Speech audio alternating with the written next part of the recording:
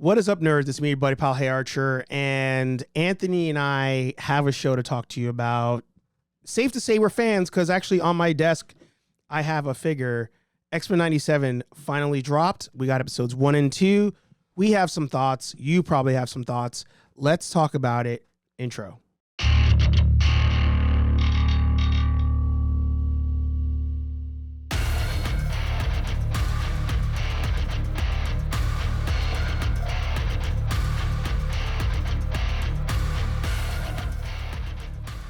All right, nerds, welcome back to another, I was going to say episode of a show, but this is not an episode. This is a review, which I was thinking about it.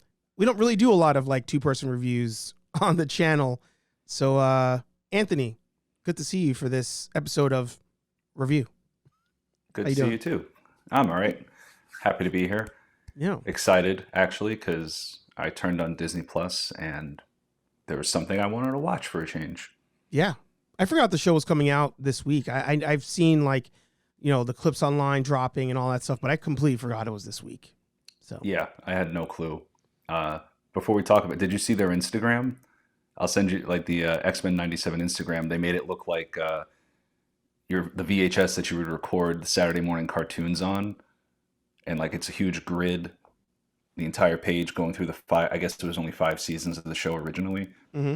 And so I somehow I saw that, I guess probably because you and I talked about it, and then Instagram is like, oh, algorithm, gotcha. Yeah. And it's actually called Previously on X-Men, but I'm messaging you on Instagram now.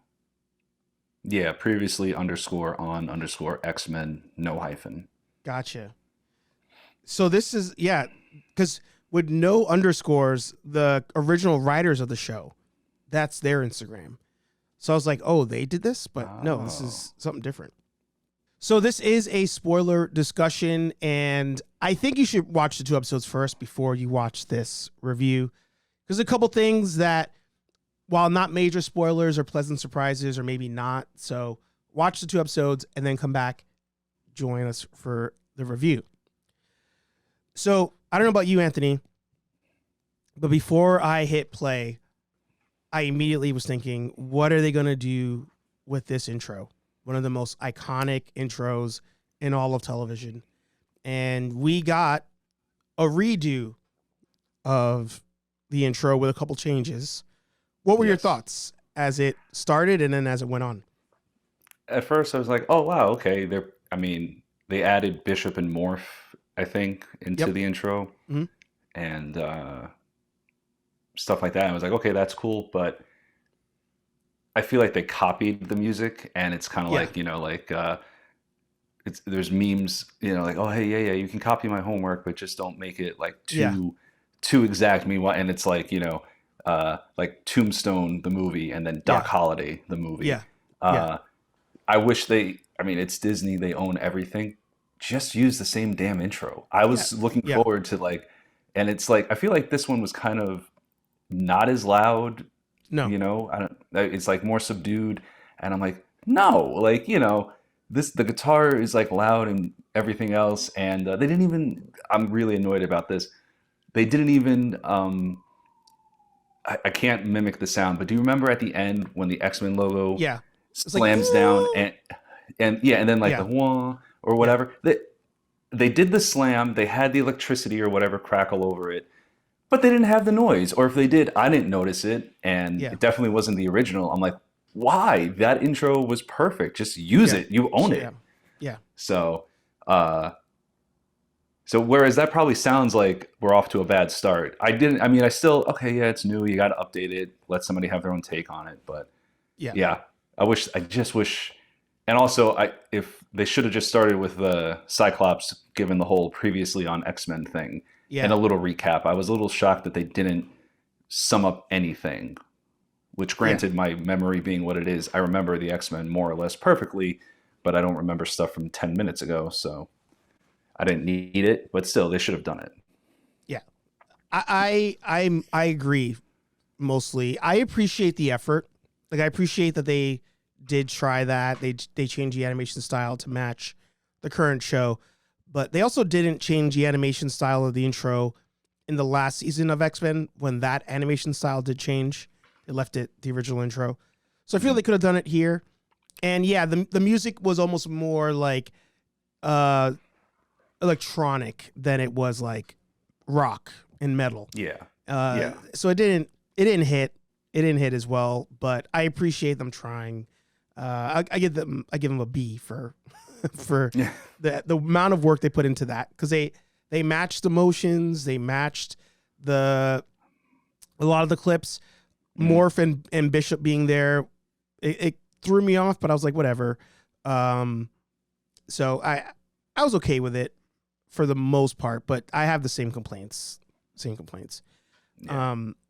So then the show starts, and we essentially get a redo of Night of the Sentinels, where the X-Men are going to save a young teenager who the what are they called? The Friends of Humanity, the FOH. Yes, they had kidnapped, and they have some new tech. They have some Sentinel blaster, Mega Man gauntlets. Thank you. Okay. I was like, I've seen this before, and I didn't place the Mega Man. It's totally Mega Man's hand when it morphs into the blaster. Holy shit. Okay. Yeah.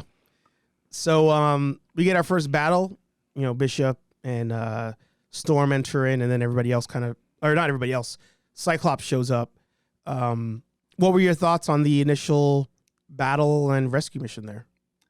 I enjoyed it. I thought Storm, and it's clear with other examples in the issue, but right off the bat, Storm's entrance, and she gave another one of those quick monologues about she doesn't just move her hand in lightning. She gives a speech, and then lightning shoots out of her hand. I was like, oh, okay, so they're going to go full 90s camp on this. So and they did. And just like in the 90s, I cringed a little in my seat. I was like, okay, lady. But I enjoyed it. I appreciated that they were sticking to it like that. The battle was pretty good. It made no sense that I think a computer software tower thingy explodes, and Bishop, the guy who can absorb energy, gets knocked out by it instead of absorbing. Yeah. I mean, I know he absorbs energy blast, but there was some energy blast. I don't know. That was silly, but whatever. But Cyclops coming in was pretty badass, and I like this too. But you said it first, so I like the move he did. And what is the move he did, Steve? Yeah, when he blasts the ground to spin himself, to keep fighting people as he's using his hand-to-hand combat. Yeah, that was pretty cool. Yeah, and there'll be more moves later on, but we'll get to that. Yeah. But no, I enjoyed that. R.I.P. to the original voice actor of Cyclops, because I did miss his voice when Cyclops was talking, because Cyclops is my favorite character on the OG show. So I definitely felt the difference there. But no, it was cool. Like you said, campy. It was right in the pocket of what X-Men is, the cartoon. Right away, we are back in the mansion. Everybody's kind of doing their thing in different parts of the room. I thought Gambit's clothes looked kind of stupid, but whatever. And they're committing to the 90s fashion. They are. They eventually cut to Cyclops and Jean, and we learn that Jean is pregnant, and the topic of them leaving at some point or wanting to have another life kind of comes up. Mm-hmm. I think that was a good foreshadowing for probably what the debate of the season would be. But as we're meeting all the characters and seeing them interacting, does anything kind of bother you about the animation as we're going along with any of the characters, or are you kind of right back into it like you're watching the next episode from the previous season? It's kind of 50-50. The animation and their character designs look similar enough to where I'm just like, oh, okay, cool. But then I'm watching it, and I feel like Jean's face is drawn slightly different, and Rogue for sure, and all kidding aside, we know what they've done to Rogue, but same thing, Rogue's face, she looks like, I could be remembering wrong, but I feel like in the original she was a bit more wide and jacked, and I feel like they slimmed her down. Actually, all three of the girls, I feel like they did that too. Yeah. But for the most part, if I'm not I was really trying to not be too super critical. The animation is close enough. Because of the camp and everything else, it felt like I was watching the episode and it just came right back, even though they did not at all pick up from where they left off. Yeah. Yeah. So Xavier's dead. That's the only kind of thing we're at. And they established that Creed did kill off Xavier at the end of the last show. So after a lot of dialogue about, Cyclops feeling responsible for running the team and feeling bad about Professor X dying, our young character runs off. Again, very similar to Night of the Sentinel. The team goes out to find him. He's at a club, and that's your first moment of Morph interacting with Logan, where Logan knows in his gut that Cyclops and Jean won out. Like, he feels it, that they're just ready to move on. But something that at that point I was like, oh, wait, I just realized that Morph, although rocking the all natural look, I guess all gray and stuff, he did go out to the club in traditional Morph face and hair. yes. So I'm wondering if you're going to get a mix of that and that all this fan backlash, was even worth it at the end of the day. Yeah. You know what he reminded me of looking at him? Mm-hmm. He reminded me of how they would draw the chameleon from Spider-Man. Yes. Yeah. I thought that too. Yeah. I was like, they just totally, again, it's like, I mean, they own it, I guess, but like, oh, you just totally ripped off this design of the chameleon. And correct me if I'm wrong, or if you even know, Morph was created just for the show, right? He's not canon to the comics. Not prior to the show. Yeah. Okay. I just him and Bishop are made for the show. Oh, no kidding? Yeah. Oh, that's right. Right. They didn't. He wasn't in the comic for Days of Future Past. No. We've had Cable, but Bishop was made for it. Right. So they go to the club. The Friends of Humanity are there, and they establish they do have Sentinel type weapons. The Sentinel program was supposed to be dismantled according to the government, because now they're friends with the government somehow. So they go off to see Victor Creed. I think it's Victor Creed. Something like that, yeah. Damn it. To the interwebs. Yeah, Creighton Creed. Creighton Creed? Creighton Creed? Graydon. I'll just say they go see Creed. Yeah. Oh, it's Boulevard Trask. Okay. Yeah, Trask was the scientist. Yeah. Sorry. Yeah, very good.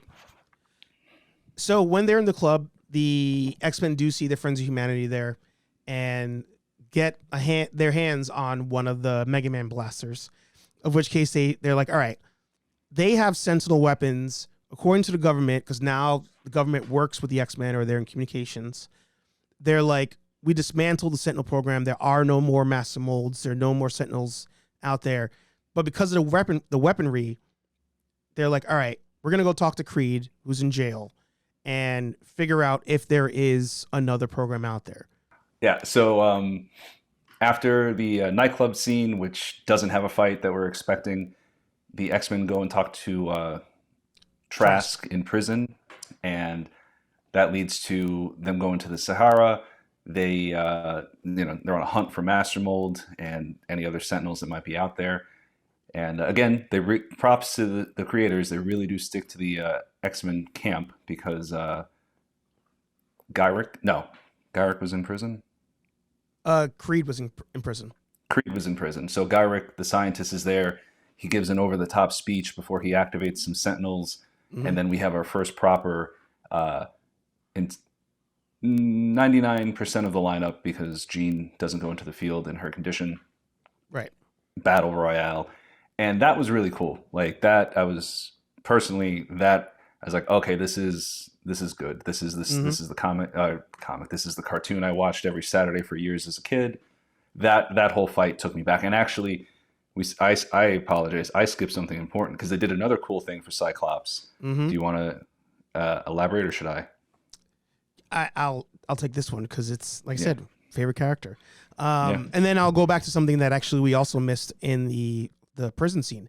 But they are on their way to Master Mold. Sentinels attack them.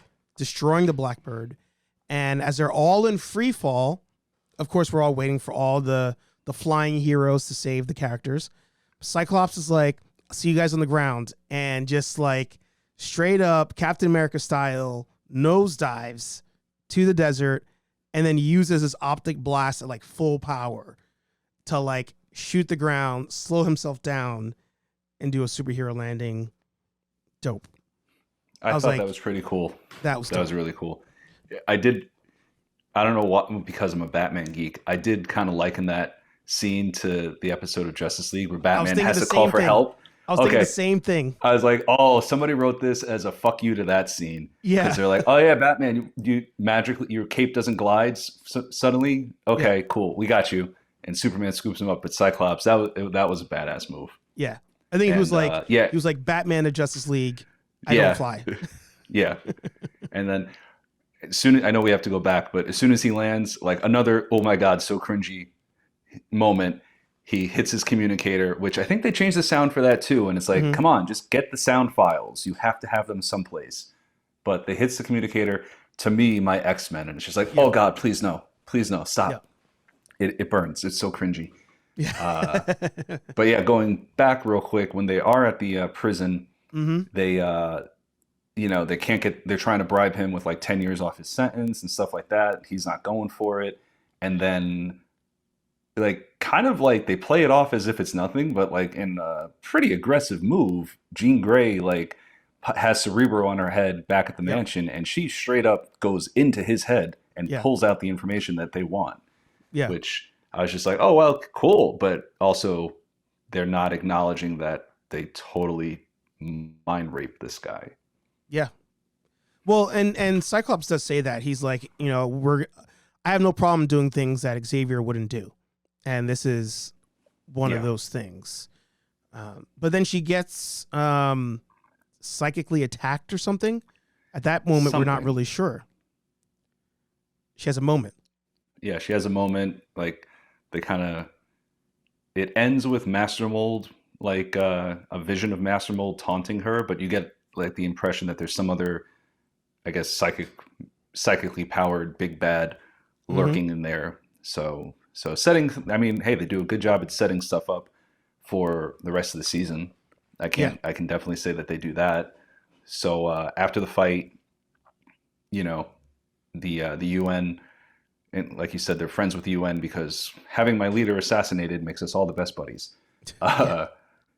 UN comes in, they're gonna scrap the rest of the Sentinels. I did think that was a missed opportunity for Cyclops to be like, yeah, we got this, and have Storm.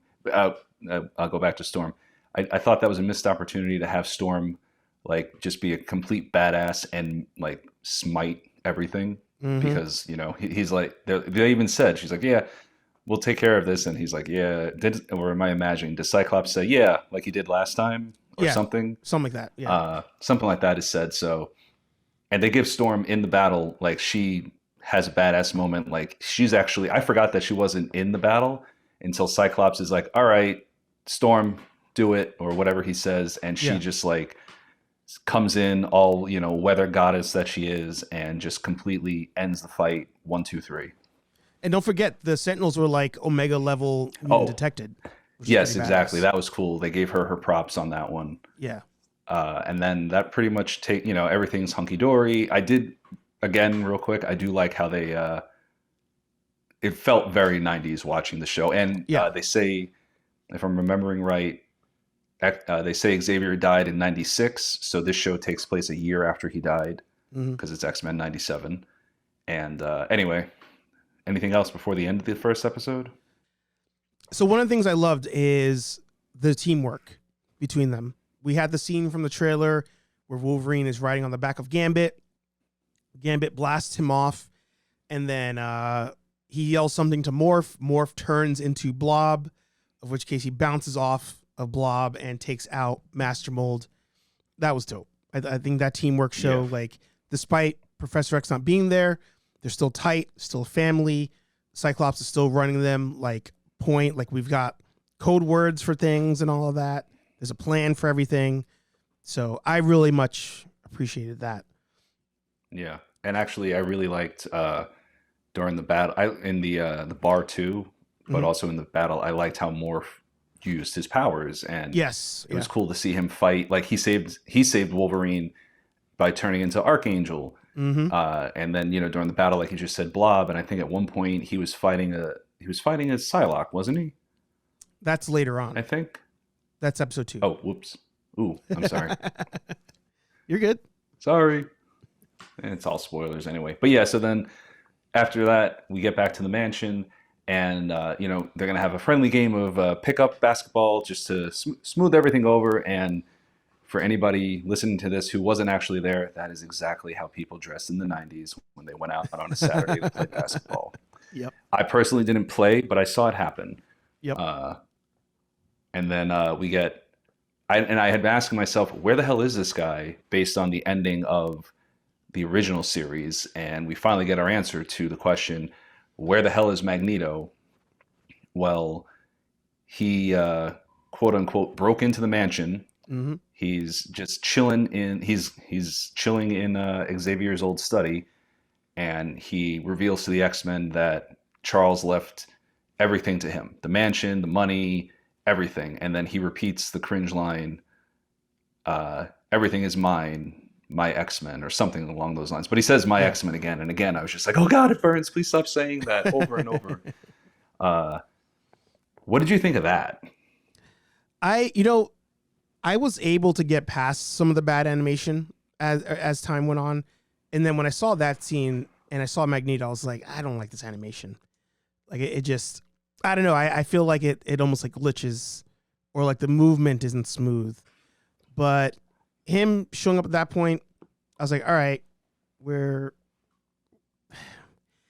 got to be some sort of plan that Xavier had, not just I'm going to give him control of everything. Like there's got to be something else going on. So I was on the fence with that reveal. I mean, we saw it in the commercial, but I think overall at that point I was like, all right, yeah, let's see where it goes. Yeah. I mean, I was just scratching my head because he did this already. Like Xavier in the end of the original, correct me if I'm wrong, obviously, end of the original series, Xavier is sick and actually dies from some mysterious illness. Mm-hmm. Lilandra, the Shi'ar princess, she comes down and revives him, but is like, I can heal him, but he has to come with me. The technology, I can't do it here. I have to do it on my home world. Mm-hmm. And he leaves Magneto with the X-Men then. Yeah. So it's head scratching and annoying because it's like, you're saying this is a direct continuation. You're not acknowledging the end of the original run.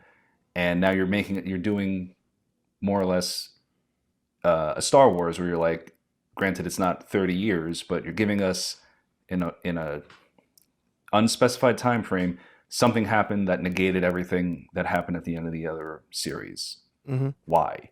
And now you're making conflict again because obviously, as we'll see in the next episode, they're not really happy with, and they only refer to him as like a bad guy, as all the shit. They don't even acknowledge that, like, oh yeah, well you were with us when Xavier went off world, and then you turned on us. They don't say anything like that. Mm-hmm. It's just like that didn't happen, and he's always been a bad guy. So that to me was just like, again, you own everything. Why are you not referring to it directly? Or why are you not saying, like I just said, that didn't work out. Why would it didn't work out before. Why would it work out now? It's weird. And his drawing, I don't like his costume. I don't like the way they drew him at all. Yeah. So. Yeah. I actually just loaded up season 5, episode 10, graduation day. And you were spot on. That's exactly what happens. He leaves with Lilandra, and it's the whole team looking up at the ship, including Magneto there. So that did happen. So yeah, I think it's one of those scenarios where so much time has passed that they probably bank people not remembering that that's what happened. And count on this guy. Yeah, exactly. So we end the episode. I love the ending segment. The old school for us was Channel 11. Well, I know Iron Man did it, Fantastic Four did it, but X-Men did it also, where the character models are spinning like on a video game select screen. Like I loved all of that. Like I knew that a fan was involved in making this show when I saw that scene there. Or that I should say that was the final nail of the coffin on that a fan was involved here. Oh. So we we get to episode 2 and we get a recap of, what happened off screen with how Professor X was killed. It shows the end where Magneto says, that you guys are my X-Men now and all that. And then we get a new intro where they've added Magneto into the first spot of the intro. And there was also somebody else that was added in. I'm just going to scroll through here. While you're rolling through that, you want to know an embarrassing confession? Mm-hmm. I skipped the intro on the second episode, so I didn't see that. Here, we'll watch it together, you and I, and then I will. All right, so we get episode 2 starting off with, previously an X-Men moment. And as the show intro hits, all of a sudden now we have Magneto in the intro. And a couple other changes happened. Something I didn't mention when we talked about episode 1. You had the addition of, I mentioned Morph was there. I mentioned Bishop being there.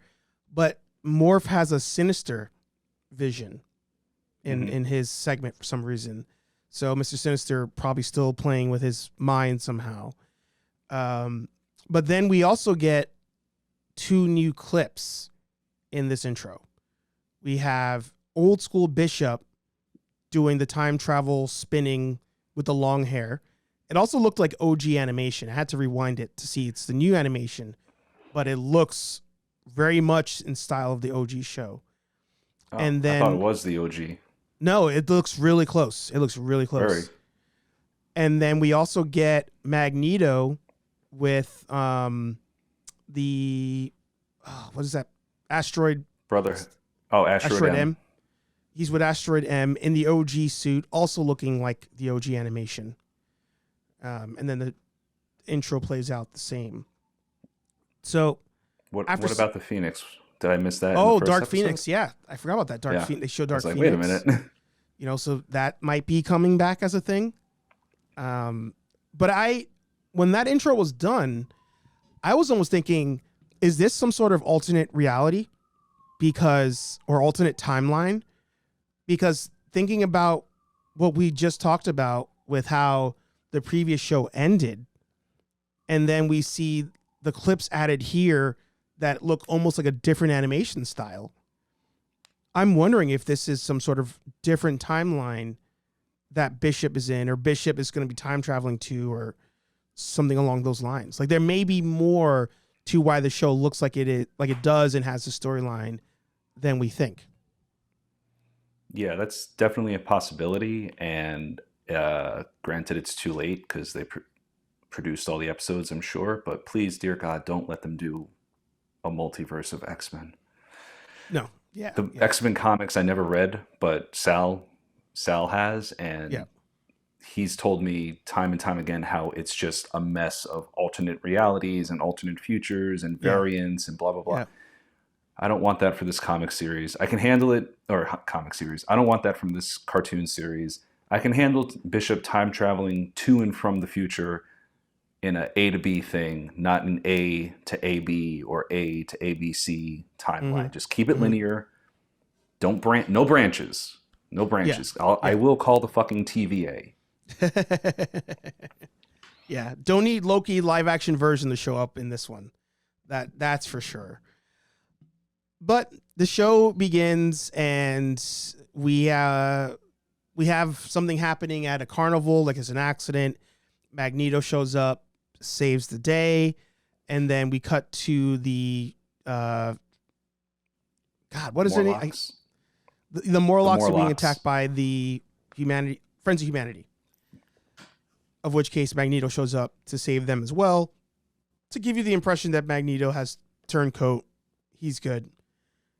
And the X-Men end up having to sit down to talk to him and be like, hey, what's really going on? Yeah. We then cut to Jean Grey talking to Storm, and she's kind of concerned with just giving birth, like having a mutant as a baby, doesn't know how to handle it. I'm gonna have to tell him that he's different. I thought that dialogue was a little unnecessary, but is what it is. But then we have a one-on-one conversation between Rogue and Magneto. Mm-hmm. What were your thoughts there as that was happening? Yeah, it was very weird because I don't remember at all anything being hinted at between them in the original series. Nope. And they're making it seem and I think she even says like that was a long time ago, and it's like, yeah. Okay, I remember Mystique is her mother in the original, like adopted or legit. I don't remember if that was ever established, but like now for them to be saying that the two of them, it's weird to inject that the two of them have a history, and definitely they heavily imply a romantic history. And it's just it was very weird. That I actually really liked the Jean and Storm interaction. And then this scene I did not care for at all. I was like, this is just so weird. So weird. So, and again, cringy for different reasons, because like I said to you before, I did math. Right now Magneto is like 67ish and Rogue is not. Yeah. So love who you love, but I don't know. It was just like, also I want whatever drugs he's on. The dude's delts are legit. Yes. Legit. Yes. We did see, if I remember correctly, the hints of them being together in the Days of Future Past episodes, but I could be mixing up the comic book run when I was reading that, or Age of Apocalypse, I should say. So my brain could be combining the two, but I think in the show they were hinted at being together, but it definitely was in the comic books. That's 1,000% true. But as they're talking, they're interrupted, and the government shows up, and the government is here for Magneto. They want to take him to the UN to actually be tried for all of his crimes. And he puts up a fight at first, or he pretends like he is by controlling stuff, and then he stands down and turns himself in. But then after that, we get the reveal of a new villain. So they all go to the UN with Magneto. He's going to stand trial. And we finally get the reveal of Executioner, who is one of the Friends of Humanity. And they're doing essentially, it was very on the nose. It was a very like January 6th type thing happening at the UN for this. And Executioner joins the battle. And what were your thoughts on that being the reveal of that character, and him being a very Slade Wilson type person? I mean, honestly, I felt like it was kind of dumb, but I felt like that was still very in line with the show, so it didn't do anything to take me out of it in that regard. The complaint I have is the same complaint you had. I don't know if you want to say it. I don't want to step on you, but no, you're good. My main problem was with his weapons and gear, because he's impervious to all mutants, more or less, with that armor on, and it's like, Beskar. Yeah. Okay, got it. And actually, I think he has a staff. So I was like, oh, he's a guy, he shows up out of nowhere, he's got a helmet and a ton of weapons. Okay, you guys love the Mandalorian. Cool. But skipping ahead a little bit, he has a weapon, he has a gun, and he goes to take aim at Magneto. And Magneto has actually been freed by this point by Storm to help protect everybody in the UN chambers. And shockingly, he is doing that. And he takes aim, fires a shot. Storm takes the hit for Magneto, trying to save him. And it turns out that shot is basically a cure for the mutants. Because, again, we'll come back, but jumping ahead.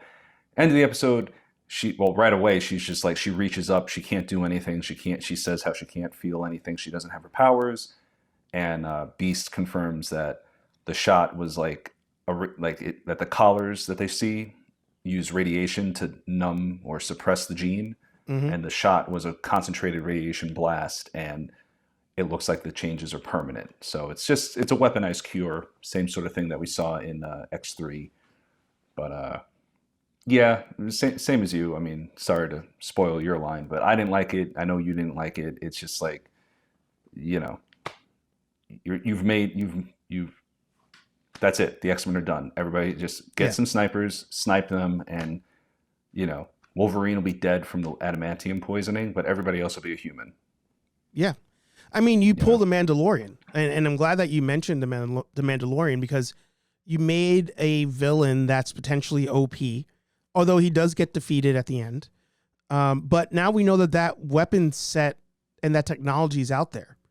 So you can legit shoot a mutant and make them human again. I'm sure she'll get her powers back. Like, I don't think that's, that's the end of it. But we're that much closer to a cure being weaponized like that. And that much closer to it being a permanent thing. So I think that's such a weird thing to introduce, because it just causes so many issues. And I liked the fact that he was, human, doing all that stuff. But we also didn't see where he got the technology from. We didn't see any of that. And maybe this is, we got to let them cook. Like, maybe we do see that there's flashbacks. Somebody comes to bring him the stuff, gives him the tech. Oh, I got it from this other universe. This is where Bishop comes into play. Like, maybe there is more to the story. But if there ends up not being more to the story, and these kinds of things are not explained, it's kind of wild. It's a wild decision, in my opinion. I could have handled them doing the Beskar. I'm just going to call it Beskar from now on. Yeah. The Beskar and the Cure being weaponized like that, not so much. Yeah. No. I do appreciate what they did with Magneto, even though I don't like the way he was drawn. You're okay if I go into what he did, or is there anything else you want to hit? No, you're good. I like, you think he's like, all right, well, I tried this. We're going back to how I used to do things. And they definitely lead you to think that, because he creates a magnetic field and rips up a chunk of the UN floor with some of the judges there. He takes Executioner with him, and he flies up, and like you see the Earth receding, and you're like, personally, I'm like, is he gonna drop these guys? And this is what's gonna happen? Like, oh wow, okay, we're really gonna go for it now, okay. Mm-hmm. But he stops, and basically he makes a big speech about living together and how he loves looking at the Earth from this point of view to remind us, that we're all, it's one Earth, and blah blah blah, stuff like that. So it shows you that he is actually, for a while, going to be committing to trying to walk the path of Xavier. Or is that insensitive? Should I say roll the path? Bad joke. Anyway, so they do a big speech, and I guess he returns everybody. It turns out he gets pardoned. Yep. Shocking. And then everybody's at the mansion. Oh, and actually, we completely didn't mention this whole thing. So almost everybody's at the UN. Wolverine didn't want to go. He's hanging back with Jean, mm-hmm. And then he sees everything popping off on the TV, and then he's like, "I got to get down there." And then all of a sudden, she's screaming, and like Wolverine, and it was funny. I genuinely laughed. She's screaming, "He's here!" And then Wolverine pops his claws, and I think he says, "Apocalypse." Apocalypse. What? Yeah. And she's like, "The baby, you," and in the adult rated version, the baby, you hairy ape, like something like something like, or the baby, you asshole. Yeah. She chucks his keys at him, and then this one, it was just like whatever. Like Wolverine is in full panic mode. That was the cheese moment of the episode. That was the cheese moment, and then he's hauling ass to the hospital, and all of a sudden, the best at what he does can't handle a woman in labor, and he nearly kills a bunch of people. He pops up on the sidewalk, all this shit, and then cut to the hospital. The doctor actually won't deliver because she's a mutant. Yeah, and that was fucked up. And Rogue extracted Cyclops from the battle, and flew him there. And again, like a little bit of we're mm-hmm. pushing some boundaries here. Rogue uses her powers, steals the guy's medical knowledge, and Rogue delivers little Nathan Summers into the world. Yeah. So all that happened. Then we go back, finish the battle. Magneto does his speech, and then I'll let you wrap up the episode. So once it's all done, they're in the lab with Beast, and he's like, "No, this thing's permanent. You know, like it's you have no more powers." So Storm's like, "All right, I'm out of here. I can't do this." She leaves on a bus, and they're all like, "Oh, like, what are we gonna do?" Morph is the more like optimist. He's like, "Nah, she'll come back. Like she'll see it sucks out there." But they all kind of have some moments where they're just like, they lost one of their own. Of which case, Rogue goes for comfort with Magneto. Like, yeah, that was again very cringy because magically they can touch.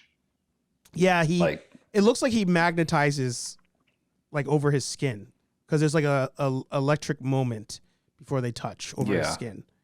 But poor Gambit, man. Gambit's out there. He listens to the whole conversation and drops a card on the ground. We do see Storm get on a bus and, she goes off. Everybody stares at her. I'm like, are they staring at her because they know she's a mutant, like they recognize her, or just because she's black? Not quite sure. But they are, they're all talking. Jean Grey reads the note that Storm left. They're all kind of like sad. Cyclops is holding baby Nathan, and the door is knocked on or bells rung, and Jean Grey's at the door. Everybody's like, "What?" And even Cyclops looks at her and is like, "Jean?" Like instantly, not even hesitation. Yeah. So, I have a lot of thoughts. That finale gave me some hope for the season and gave me some thoughts. Do you want to kind of go first, or you want me to go? I'll go first, and then you can take us home. Yeah, when the doorbell rings and it's Jean or Madeline Pryor, one of them, because that's the name of the clone, right? Yep. The clone Jean is Madeline, and I don't remember the history of it at all because I never read it. And I'm pretty sure at one point I saw something recently where like Jean and Madeline are in the same X-Men comic. Yes. Yep. So I was just like, oh boy. And then I initially was like, oh wow, cool, they're gonna do this. And then I was just like, oh man, they're gonna do this. And then I just kind of got very worried because like you pointed out, we could be dealing with alternate realities. We're definitely, Bishop's part of the team. We're going to deal with time travel at some point. Now we have a clone saga. And I don't know, I hope, I would have been like, I feel like something like that, like the Jean thing, maybe that could have been like a mid-season finale or a season finale reveal. You know what I mean? I kind of feel like we have a lot going on right now with the potential for the time travel, like I say. And just in general, like there's the dynamic of Magneto being welcomed into the X-Men. Yep. That's something that could have been explored. But now I feel like that's either they're going to be divvying up their time between a lot of different stories, or they're going to, okay, we'll do Magneto this episode and Jean the next episode and play around like that. So I hope they actually had a plan and didn't just blow their load with all the stuff in the first two episodes. So I'm excited, but that made me, after the initial excitement, I'm like, ooh, I hope they didn't bite off more than they can. I'm excited, but I hope they didn't bite off more than they can chew. Yeah. So before I give my thoughts, as we were watching episode 1, like you were watching at your house, I was watching at mine. We're in the group chat. IGN dropped their review of the first episodes and gave them a 9. And we were both like, that's wild. Like, it's a good show. Don't know if it's a 9. When the episode wrapped, and as we've talked through it, I'm like, okay, I got to see where this is going. Like, I'm actually excited. And one of the things, do you want me to give you the Madeline Pryor type quick synopsis there? Yeah, sure. Now, for anybody who's listening to at this point, this is potential spoilers for the rest of the show, like a storyline on the show, because I'm going to go based on what happened in comics. So if you want to go in cold, you can kind of stop here, come back. Maybe I'll time code it down below. But with that disclaimer, do you still want me to talk? Yes. Okay. In the comic books, Madeline Pryor is a clone, but Madeline Pryor is the actual mother of Nathan Summers. Oh. Mm-hmm. So that actually is Jean at the door. Oh. Yeah. That moment was very Spider-Man animated series. Peter opens the door, Mary Jane's there, and he's like, what? Like, Scott had that look on his face. Like, holy shit. Like, he's like, no, that's Jean. Like, didn't even look back at Jean. He was just like, Jean, or what? Jean? Like, so that is Jean Grey. That has to be Jean Grey. Now, what I am hoping for is happening here. I do hope that there is some sort of like timeline thing. I don't want it to be anywhere near the Loki stuff. Like, I don't need any of that kind of thing. I think them showing Bishop in the beginning, I think this is like alternate timeline or whatever. But I'm hoping we get bad guy Cyclops. Cyclops has already done 2 questionable things where the result was more important than the morals. Yeah. And I'm kind of hoping we get bad guy Cyclops. That would be cool. He's done some crazy shit in the comics. Well, not recently, but last decade or so. Yep. Especially when you got into that Phoenix arc where the power of the Phoenix got split up between a bunch of them, and he was one, the more powerful. So I hope that as the show progresses, I don't know if he has to go that far where we have the Phoenix arc with him getting the powers. I mean, we know Phoenix is going to be here because of the intro, but I hope that it gets to the point where, like, from a morality standpoint, we're like, wait, who's right and wrong here? Is Cyclops right or is Magneto right? Because they're both on different pages, but like, which one's the moral right answer to the situation? Like, I'm really curious to see where they take Cyclops here and that dynamic between him and Magneto. Yeah, I mean, it can be an interesting thing going forward if they do it right. If they do it right. So far we didn't get an explanation as to Bishop, like why he's there. They just kind of, graze past that. Otherwise, I think everything else was covered enough. At the moment. So I think safe to say you would disagree with the 9 score. Yeah. What would you give it out of 10? I'm thinking I'm between a 7 and an 8, but I think I got to go 7 just because, and call me petty, but just the differences in the intro. Like I said, I really wish they just kept it original. And the animation, like, it is very close until you get to Magneto, and we never even talked about it. They got rid of his costume. Now he's just wearing a cape with a giant M on his chest, and he's showing his shoulders, and it's like a very bad costume. This is a very bad costume. And he's willingly surrendered the helmet for some reason. Yeah. To show his face, and it's like, okay, but I think 7. It's still very enjoyable. Like, Sal's gonna watch it later with his kid, and I'm sure she's gonna, she's probably gonna enjoy it if she pays attention to it. I mean, just because who the hell knows what catches a kid's attention these days, but. Yeah, I think 7's fair. Yeah. I mean, hell, we were given Ahsoka's like 3 and 4s. Yeah. So I'm gonna slightly disagree. Upon finishing it, so it wasn't a real time discussion or a decision, but upon finishing it, I'm gonna give it an 8. Okay. I'm gonna give it an 8. I don't disagree with the reasons why you gave it a 7. I think my best scenario or best explanation for why I'm going to give it an 8, but why I also agree with the 7. To me, this is the end of Rocky 1 or the end of Bad News Bears, where they didn't like win, but you're gonna win next time. Like I know that the next movie, the next episode is gonna be better, and I'm excited for what they're setting up.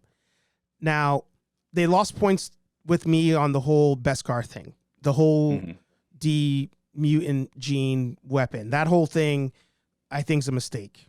I think that Disney continues to make that mistake where they just make and Hollywood in general. That's my John Wick complaint with the you can just walk like this, blocking everything, and then shoot. Like I hate that.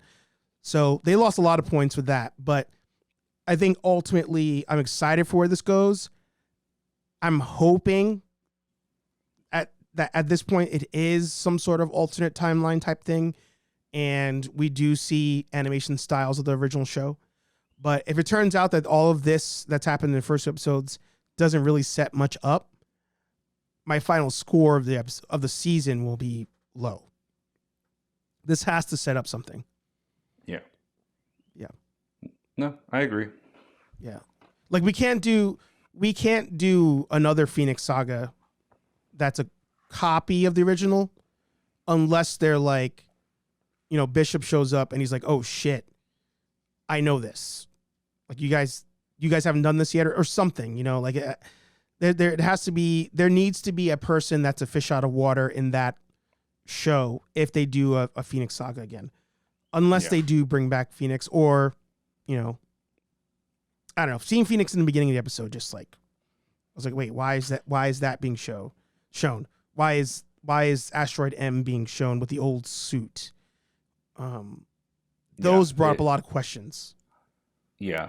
And it makes me think more and more multiverse or different timelines, I guess. Yeah. Which again, it's just like, okay, they're not really handling it well in films, so sure, give it a shot. Yeah. But I don't know. I'm hopeful. I'm excited. I'll tune in next week. Yeah. Yeah. I haven't been this excited for a Disney show in a while. Yeah, same. Yeah. I do know one thing though. Now I do want to go out and buy that new Cyclops figure. What? Let me see it. They actually, I don't even know if he's on. Actually, yeah, he is online. Hang on, let's do a little screen share here. The hype is real. Sometimes you watch a show and you're like, all right, now I need the toys for it. So, I have Wolverine up. I was looking to see if they still had the card back Wolverine, but he's sold out. So they have this here. Oh, cool. And he comes with the head sculpt with a cutout so you can put the blast. Now I had sorry to cut you off. I had a Cyclops when I was a kid, and there was a button on the back of his on his back. Yes. And with the light up eye beam. Yep. There was two. There was the one with him with the blue suit with the head thing. That's what I have. It had the lever that goes like up and down. Mm-hmm. But they had this style with a push button, and his eyes lit up red. Yeah, I remember there was like a lever switch. So I had. So you had that white one, yeah, the blue and white. Oh yes, I did, and he had like a weird like. His weapon was like you put both his hands in it, and it was like this blue thing, and I don't remember what the hell it was supposed to be, like to magnify his powers or something. Let's see if I can find the OG. Oh, this one. No. Yes. Yeah. Mm-hmm. Yeah, same one. Exactly. Yeah, and he had, like I said, something that you put his fists into, and I don't know if it was supposed to be like, oh, he blasts through that to magnify the blast or something, but memories. Yeah, and then this is the one I had. That I had both. I think I had that one too. That one had a backpack, right? Yeah, and then you can push the button to light up his eyes. No, that's not it. But yeah, I'm a Cyclops mark. I'm a fan. Always been a fan. Love his power set. And it's funny. I've been messing with it this whole time. Like I have the VHS collection Cyclops on my desk. I took Morph's jacket off because I really want to attempt to switch the arms so that he has a jacket on this figure, but I don't want to damage anything, so I might just leave him like with a vest. But I do kind of want that other Cyclops now because he was just. I think they did Cyclops right those first 2 episodes for sure, and he may be the main character of this season. Yeah, from what they've hinted at. Yeah, same. By the way, I was a big Cyclops fan because I just was, and I was just like, oh, Wolverine's a dick, and like the jumped on the Wolverine train late in life after not late, but after I started growing facial hair. I was like, this guy, okay, I can get behind this guy. As you get older and learn that life is a scam and it's filled with dread and misery, you start to relate to not only, what was it, Al Bundy from Married with Children? Al Bundy. But you also relate to Wolverine. Yep. Yeah. Cool. So I think we can average it 7.5 between the two of us. I'm fine with that. Yeah. Nice. So. Well, let us know what you guys thought down below. If you're excited for it, did you hate it? How's the animation style to you? Anthony, any last words from you? Like I said, I'm excited to see where this goes. I'm apprehensive, but there was enough good stuff between both episodes that I am going to tune in week to week and see where it goes.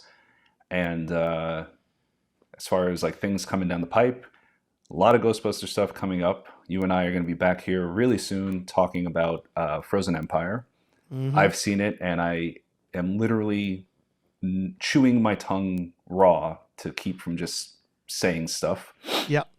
And after that, I got some comic reviews to catch up on, and I am going to be you dropped it today as of this video, March 20th. My HasLab is modded, and I'm done with that for the time being. We are going to be going full on with customizing that rifle, and I'll make an announcement here. You can clip this. I'll make an announcement here. Wes from Great Scott Prop Shop, he and I have been talking, and he's very excited by the project, and we are going to collaborate on this. He's going to be the 3D printer. I am going to source some electronics from Frankengeek, and we are going to try to make a modern neutrino wand. Yeah. Two of my favorite members of the community, Great Scott Prop Shop, aka Wes, and Frankengeek. I'm forgetting his real name at the moment, but two amazing creators, two amazing people, and great fans of Ghostbusters. So I'm excited for that for sure. I also am really excited to talk about the movie because IGN gave it a 4, and I'm sure that we will have a lot to say when it comes to that.